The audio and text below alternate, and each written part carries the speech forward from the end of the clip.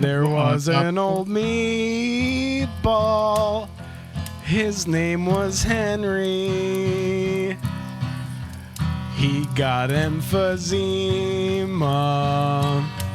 and then he died. That's a great campfire song, Justin. Thank you. It's very apropos for this camping we're doing on this nice hot summer night. When climate change forced society to collapse, I thought we'd have a bad time. But here we are around this fire, me and Justin, Frank Skyping in on a laptop from his own campfire. Where is that fire, Frank? I know you're in the city.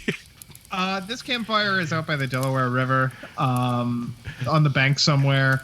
I'm on the run from a band of war boys who are looking to skin me alive. Well, that's some tough luck. I had some trouble with them war boys a few months ago.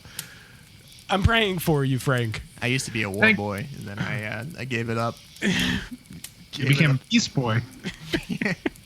Well, I wouldn't say that. But that marshmallow looks mighty fine, Justin. It looks really delectable. Thank you. I've been toasting it for the past half hour. I think it's almost ready. Yeah.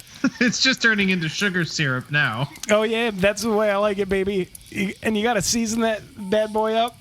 Got to season it. Well, you need the sugar to run from the war boys. Yes. We need all of the energy that we can muster. This truly is a disturbing future that we live in. Folks, if you haven't noticed, it's hot out. It's very, very hot. Who has been outside? Raise your hands. Over the past 3 days. All of us. All of us. I drive an automobile because I like being part of the problem and not the solution. And my car's air conditioner is broken. So Jesus. Life is pretty harrowing. So I've got about like a half-hour commute to my job, and what I've been doing is I've been taking a few ice packs, and I'll like sit on one, put the other one down my back, and then I'll like move it under my armpit. It's pretty ridiculous, but surprisingly effective. Oh, what do you do about the steering wheel? Jesus, take the wheel. The skin on your hands has turned to pizza cheese. Oh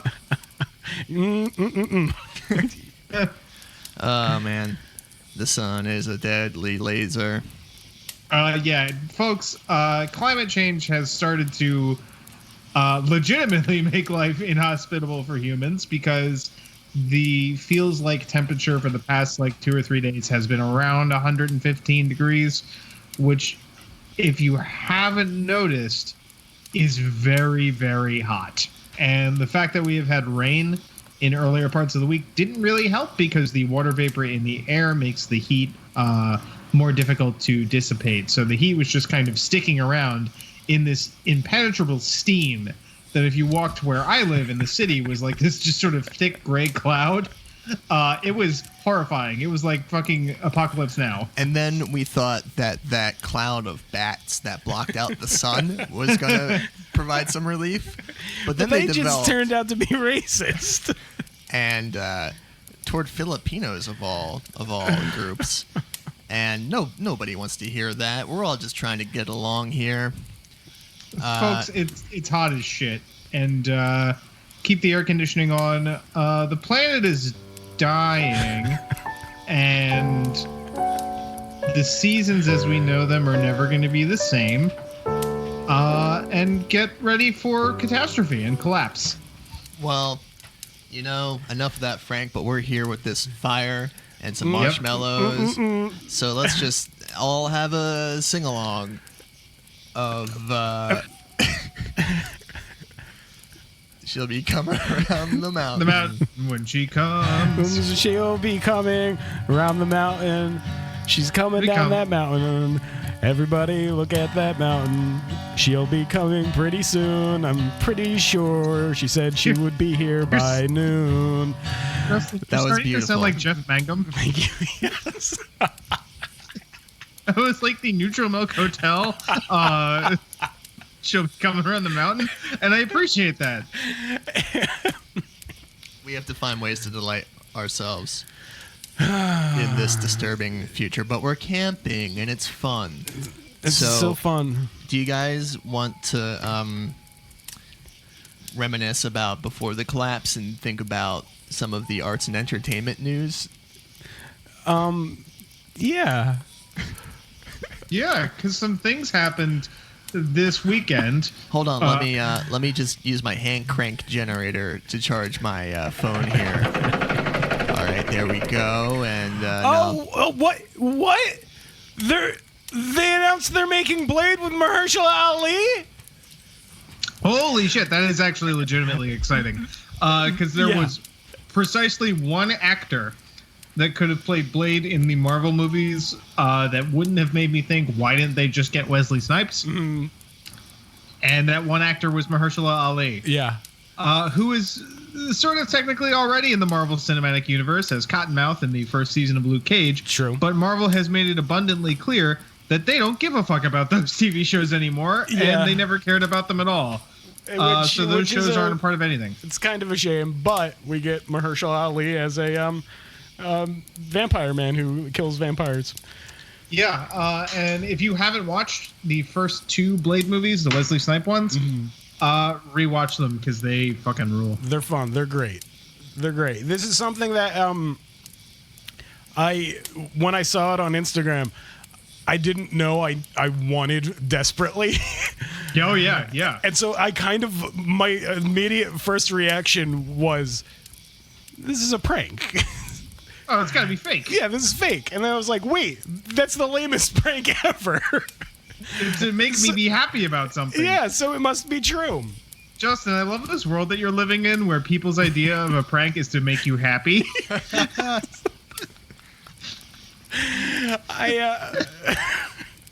okay, buddy. It's a dark world. Speaking of the dark world, Thor 4. Thor 4, we're getting female Thor, Jane Foster. Which is a thing they did in the comics you mean, a few years ago. Thor 4 with the girl Thor? Yes. Yeah. The girl Thor and in the fourth Thor. Written directed again by Taika Waititi. Fourth Thor and Lady Thor Let's is go. Thor. My fellow Americans, Taika Waititi is back. My ass sure is Thor. From sitting down so much on this log. Now Taika Waititi is back in these movies, directing the fourth Thor again after directing the third one, Thor Ragnarok. Because once you direct a Marvel movie, they never let you direct anything small or interesting again. You just kind of get stuck doing these for the rest of your career, as evidenced by the fact that Ryan Coogler is now signed to Black Panther 2. Yeah. I mean, it's a little depressing. It's every yeah.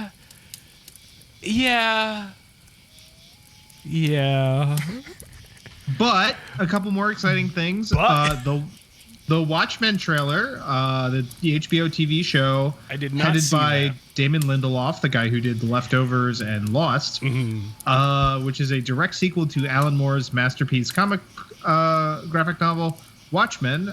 Looks fucking dope. It looks really good. Yeah, I haven't seen this new trailer. I only saw the teaser.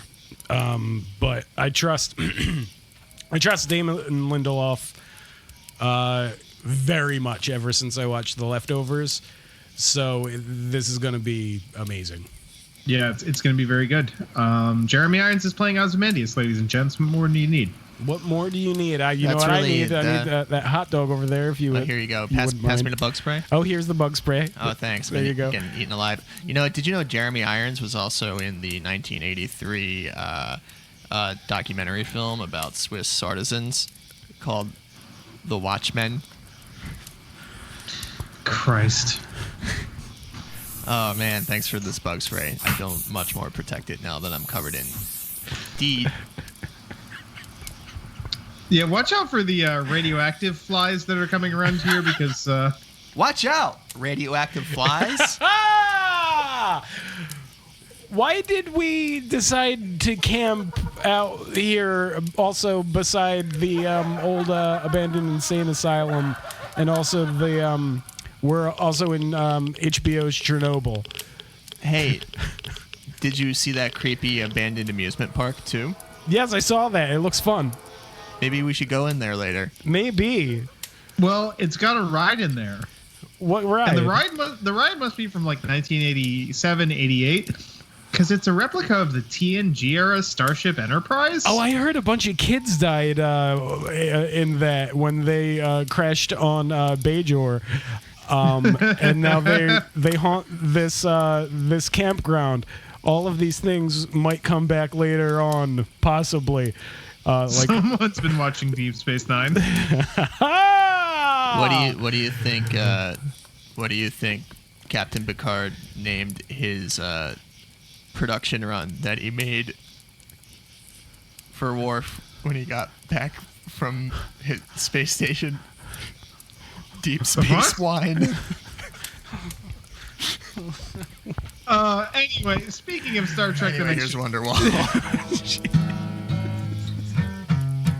I actually don't know how Wonderwall goes. I am old. Data is dead. But there's a young girl who needs my help. I thought you were breaking into a Cat Stevens. Yeah, I thought you were. So, the trailer for the new television show Star Trek Picard. Wait, so the new trailer for the show Star Trek Picard, which is coming out sometime in early 2020, apparently. That's the way they put it. Just aired, and it looks fucking great. Have you ever been a stranger to yourself? Many, many times.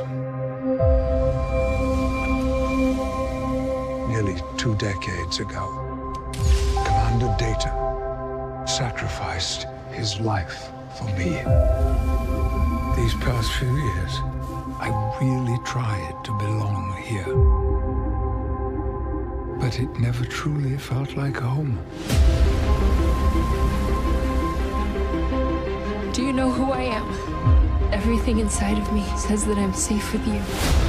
Admiral, I have encountered a woman. She came to me for help. If she is who I think she is, she's in serious danger. Sometimes I worry that you have forgotten who you are. We do not. You can't do it alone. You need help. You need protection. You need a crew. Be the captain they remember.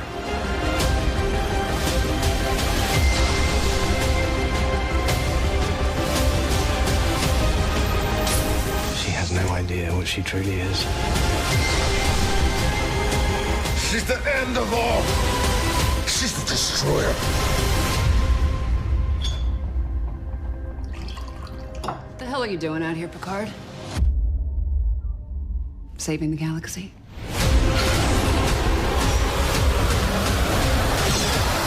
Engage.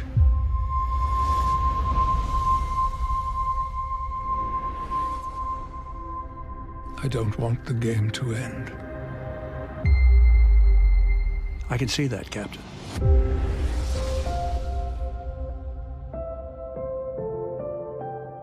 It looks really fucking good. awesome. I want to know what Tom's reaction is. Let me just swallow this more. Oh, you got a little on your cheek. Oh yeah, some Here, marshmallow. Let me lick it off. Thank you. Very, very erotic. Ooh, it's about to get sexy. Just Oh no, I spilled some mustard on my breasts. Justin, can you pick him up by the crotch like the redheaded lady in Wet Hot American Summer? Yes. I thought you were gonna say Nadine from Twin Peaks. Also, we're in Twin Peaks, the woods.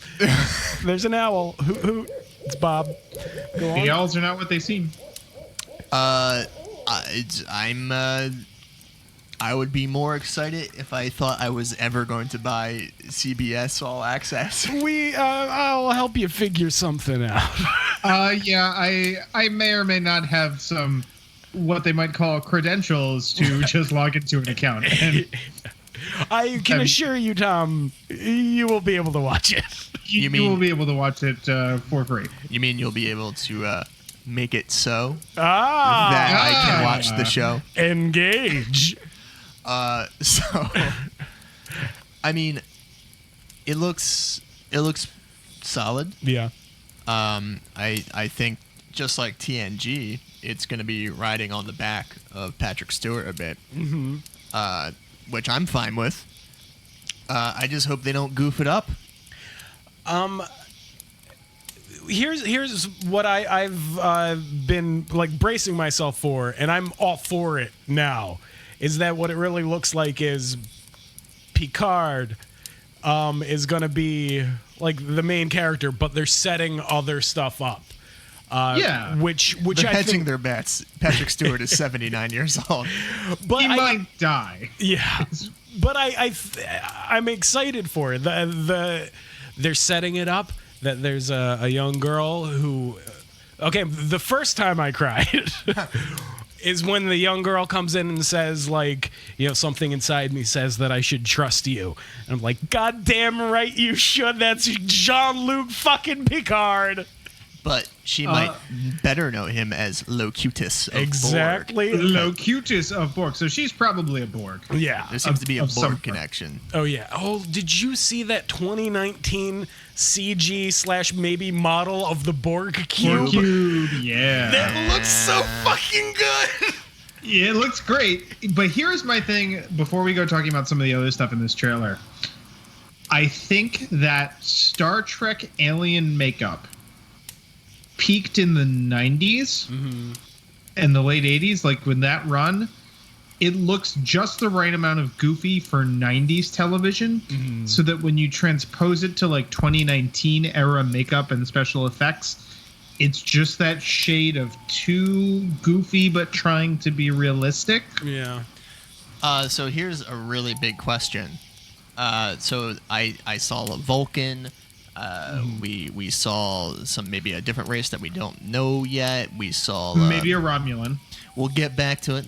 We'll fucking get back to it, guys, because there's some implications there. But we saw a semi-Borg freed from the collective 7 of 9. Which Yeah, we'll get yeah, back to. big We'll get surprise. back Okay, to. we'll We'll get to it. But the big We'll get- question, we did not see any Klingons. And True. what are they going to do? Because now there's canonical, a new kind of Klingon from whatever Discovery bullshit. Well, Discovery's set around the original series. I didn't watch Discovery. What happened? No, the design's just look completely different. different. But, Somebody went hog wild with deciding what the Klingons look like. but that Yeah, is. yeah. Are there any Klingons in JJ's movies? Yes, in Into Darkness, they show up for about 2 seconds. How do they look? They look kind of cool. They're a little bit like a mix between TNG and the original series. Okay, because the new one, they're like kind of like stone-faced people. Yeah, they don't look like that. They look like a little bit. They have the head ridges of the TNG, but they have some of the like earrings and stuff from the original series, kind of. Okay.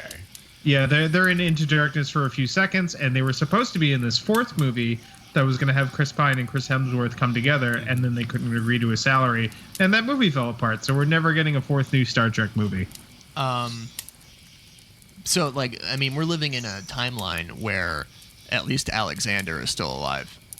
If Oh not God! Worf. If not Worf. By the way, Justin, this means that you've gotten to the episode where Alexander grows up to a fat disappointment. Goes back in time and hits his dad up for rent money. Oh God, I love it so much. Hey, it's ridiculous. Did I cry? Yes, I did. No, Yes. there's a Deep Space Nine episode that I think is going to make you cry. I haven't cried yet. I got into a terrible episode, which I was excited for, because it was like, oh, this is the goofiness that this show needed, and now I'm completely on board. Speaking of other lesser Star Trek series, 7 of 9. 7 of Seven was of in 9. this. Now, I haven't seen the finale of Voyager since it happened in the late 90s. My brother was a big fan, and I watched it with him, but I totally... Something about, like, an up-armored Voyager fighting the Borg because of space-time reasons. But 7 of 9 being in contact with Picard means that they made it back to the Alpha Sector to to the Terran system. Here's my thing. I haven't watched any Sector 001. I haven't watched any of the movies. I'm like most of the way through season 1 of Deep Space Nine. I've done none of Voyager. They say this is coming out early 2020. I think I might just have to watch all of Star Trek. Yeah, you get through Voyager. Voyager is not a good show, but it did have its moments. There's some okay no, episodes in Voyager definitely had its moments, and the thing about Voyager is it kind of took on an X-Files-esque quality. If I'm not mistaken, that was on WB. WB or UPN or something. Yeah, and it took on like super. It was definitely like they were trying to scare you more than make you space think. Which, okay, now I saw a little bit of action in this trailer. Some Born Sexy Yesterday with the girl who's a combat expert throwing a guy off a staircase. And then he immediately teleports, which is pretty cool. We also saw the very I'll get back to it. Teleporting revolving doors. Anyway, or transporter. I'm sorry, transporter. So obviously, this is Picard. This was the philosopher's version of Star Trek. It was a lot of just sort of like philosophical allegory dealing with science fiction tropes. This is looking like it's not going to have like bottle episodes or No. So it's not done filming yet. It's only halfway. So it's only about halfway done filming, and we're recording this on a Sunday. A report just came out that tomorrow, Jonathan Frakes is filming on set as Riker. Oh. So Monday, Riker will be filming. Justin. Oh, hand me some of those leaves. Justin just came in his trousers. My dungarees. So I actually think there will be like bottle episodes and things like that because we've only seen footage from the first half of the show, and the guy who runs the show is Michael Chabon, the novelist. Okay. Interesting. Okay. He's like a postmodern novelist, so I think he's So down. it's got for, potential. It's not gonna be. It's not gonna be. What this Bad. What this really reminded me of, we're gonna go full. We're not anywhere near done. By the way, this is gonna be a full thing. Anywho, what this really reminded me of, Frank, have you ever read the great Star Wars comic, Doctor? What is it? Chewbacca. No, I read the Vader one. Yes, the doctor who's in that one, the kind of Indiana Jonesy character. Yeah.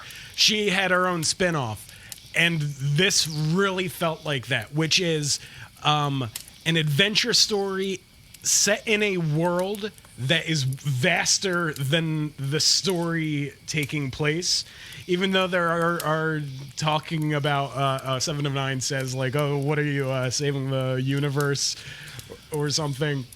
As Jean-Luc Picard, kind of sadly, it made me a little sad. He's pouring himself some whiskey. And one that made me sad too, like the bottle clinks the glass a little, and you see he's kind of shaky. And I don't think that's acting. I think Patrick Stewart's just old. Is just a 79-year-old man. Yeah. So I will say there were 2 surprises in this trailer. One, which we'll get to later, was less of a surprise because it was expected. But 7 of 9 was a surprise. Yeah. Because go ahead. Well, Voyager was not directly connected to Deep Space Nine, other than it took place TNG, other than it took place in the same timeline. Deep Space Nine was directly connected to TNG for a couple of reasons. One of which is that the main character of the show lost his wife in the Battle of Wolf 359, headed by Picard when he was Locutus of Borg. The other is eventually Worf joins Deep Space Nine. And also Miles O'Brien. Yeah. Heads over there. Yeah. But let's not forget, though, as we've discussed before on the pod, that there was a weird episode of Voyager that involved Counselor Troy and Reginald Barclay on Earth. Right. Because there was a connection. Because that weird pervert was also a genius engineer, and he thought he had found a way to communicate with Voyager, but he wasn't sure if he was just going crazy or not. So that is kind of interesting. It's set. Guys, I love Star Trek so much. Oh, I love it. Voyager is a little after TNG. I'm not sure by how much. It's definitely meant to be. The uniforms are different. The shape has S-foils, like in Star Wars for some reasons, just to like indicate that shit's more cool now. And there's fucking Neelix. And there's they have Neelixes in the future. So it's a little bit later. So I'm not sure if, obviously, real time has passed in real reality, but I'm not sure if like how young is Seven supposed to be relative to Picard? You know what I mean? I don't know. I mean, I don't know if it matters as a Borg. Yeah, it's another thing. Also, this is made up space bullshit. This is made up space bullshit. Let me jump in real quick with my reaction was knowing of the character but not watching it, being like, oh, that's awesome. But Yeah, I know nothing about her. That was weirdly human of her.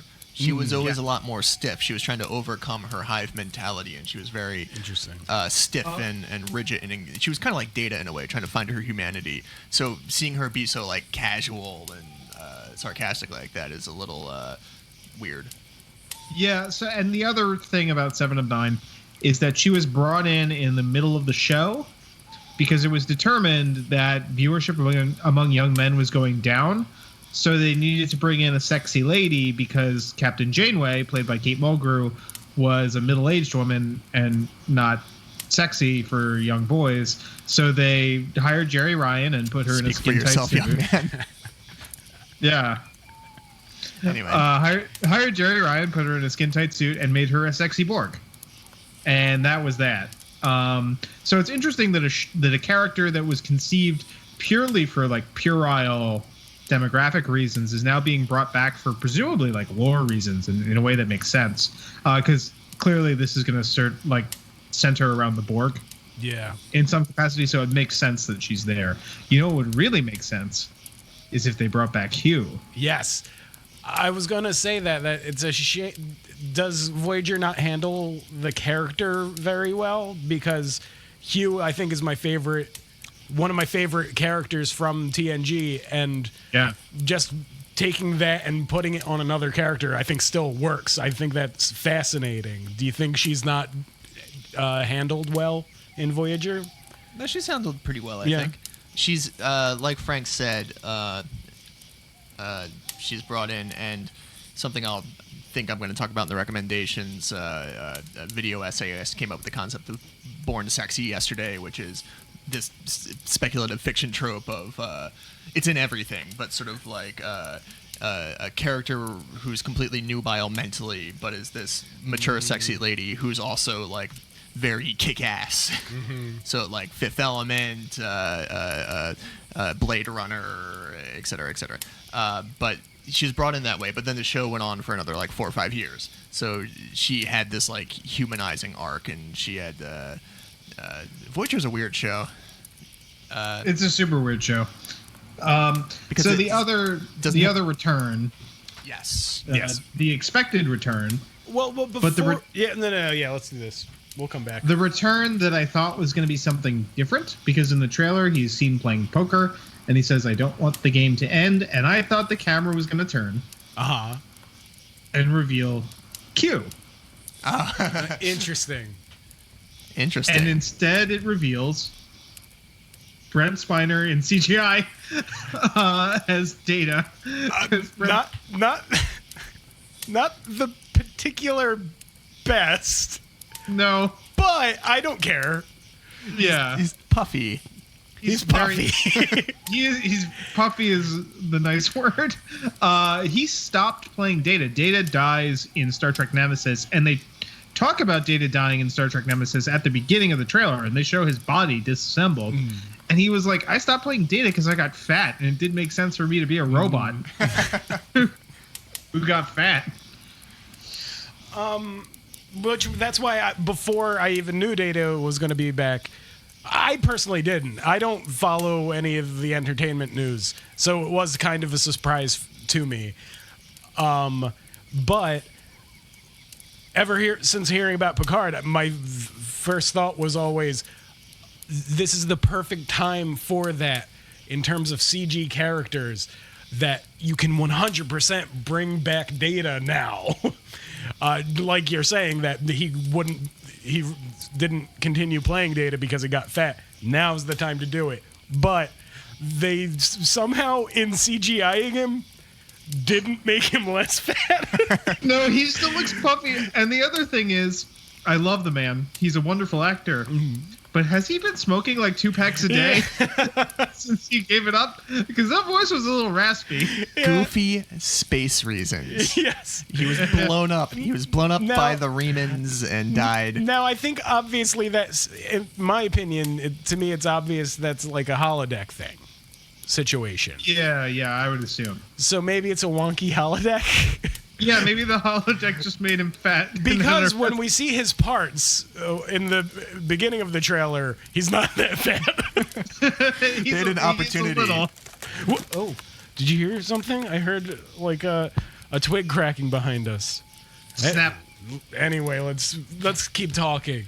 Yeah, it's probably nothing. It's probably nothing. Don't spook me, Justin. Ah! You're spooking me out over here. There's just a 1 second shot of a Captain Picard Day banner. Yeah. And that made me cry. So why did that make you cry and not all the other emotional stuff in the trailer? Oh, all of it did. See, here's the thing. Okay. I watched it multiple times, and my start of my crying happened at different times, on each viewing. So it looks like, for sure, this entire series is going to contend with something that was very sparsely ever dealt with on TNG, which is Picard the Man. Mm-hmm. Yeah. And it seems very similar to, from what I can see, he puts together a group of rapscallions and makes a crew after all these years. And it's exactly like the actual TNG finale, where he has to find Data and find Geordi and put together a crew, and just like his ex-wife, Dr. Crusher, lets him say engage one more time. He says engage is the final or the penultimate shot of the trailer. But you see, just like they hint at in the show, that he goes back to France. He goes back to his vineyard. And yet, Renee's vineyard. Well, Renee died in the He probably did. space laser blast festival. But he's not content to stand still, and we're seeing him, the man, where he tried so hard to make this home or something like that, and it's then like he looks at the stars. He's normally very he's normally used as like an allegorical Atticus Finch type without the racism. He's normally he's just standing up for what we want to be our better virtues. But when we actually see the man, he's kind of like this difficult person who's hard to get close to, and he's not content with normal human familial situations, and we're seeing that he's a restless soul. And just like the movie Wild Hogs or the movie Red, as an old man, he's getting his motor running again. Head out on the highway. I appreciate it very. Go ahead. I want to do my impression of Ray Liotta in Wild Hogs. Wild Hogs! Jesus Christ. I appreciated there's a lot of action. I might have actually blown my voice out. Jesus. I enjoyed that there was a lot of action in the trailer, but it was all just Patrick Stewart watching somebody beat someone up. Yes, because he's not beating anyone. He wasn't beating anyone up on TNG. This isn't Star Wars. He's not going to start hopping around like Yoda. Yeah. No. Do you guys remember when that movie came out and it had been out for like a week, so everybody had seen it? So they put the scene in the trailer with Yoda hopping around like a little frog doing the lightsaber, and the trailer narrator said, and this came up on the screen, Yoda man. Yes.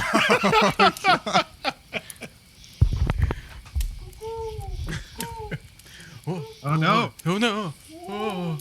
Hear something on the wind, something sinister. Oh, is that It's a song.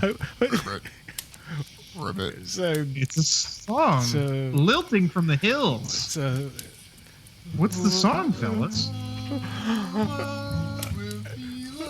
Oh no! It's Floyd Burney, the Rockabilly Boy. That's not my song. Baby, that's as sweet as can be. She only loves me. Come on, Frank, let's kill him. Oh yeah. Punch. Where are you going, old man? Now to back away slowly and slowly. Earth for the dog. Earth. That's a great episode of the Twilight Zone, fellas. See our Twilight Zone episode for a long time ago now. I knew what the show was going to be. As We're not back on track. We're not done. That was not a transition. That was not a transition. What do you mean? That was just nature that we're out in. I knew the show was. I'm excited for it because this was a perfect trailer, in that it shows you. It is very much a lot of the new JJE Star Trek as Star Wars action-y type stuff, but just with the single line, which I don't remember correctly, we'll drop it in. But a woman is asking Picard, like, have you? What was it? Have you lived many lives, or do you ever?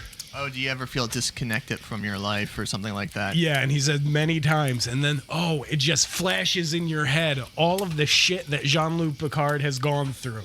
He's lived multiple lifetimes. He's been assimilated by the Borg. He's been through so much, and this is going to be perfect. I wish I played the penny whistle so I could play the heart-crushing song from the Inner Light. Anything else about the Picard trailer? They didn't show the dog in the trailer, but according to a poster, he has a dog because in real life, Patrick Stewart fosters dogs, frequently pit bulls. So this dog it looks like a pit bull of some extraction, and the dog's name is going to be Number One. Oh. Wait, you said that Jonathan Frakes is coming in. Is he voicing the dog? That would make the show even better. Holy shit, a bat just flew in my mouth. I swallowed a fucking bat.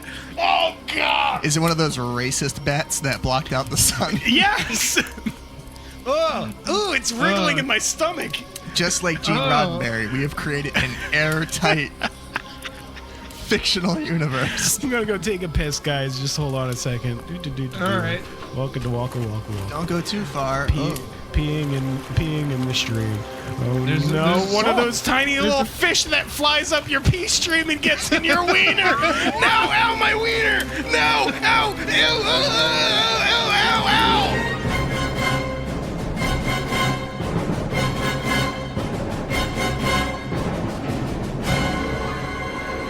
To be continued.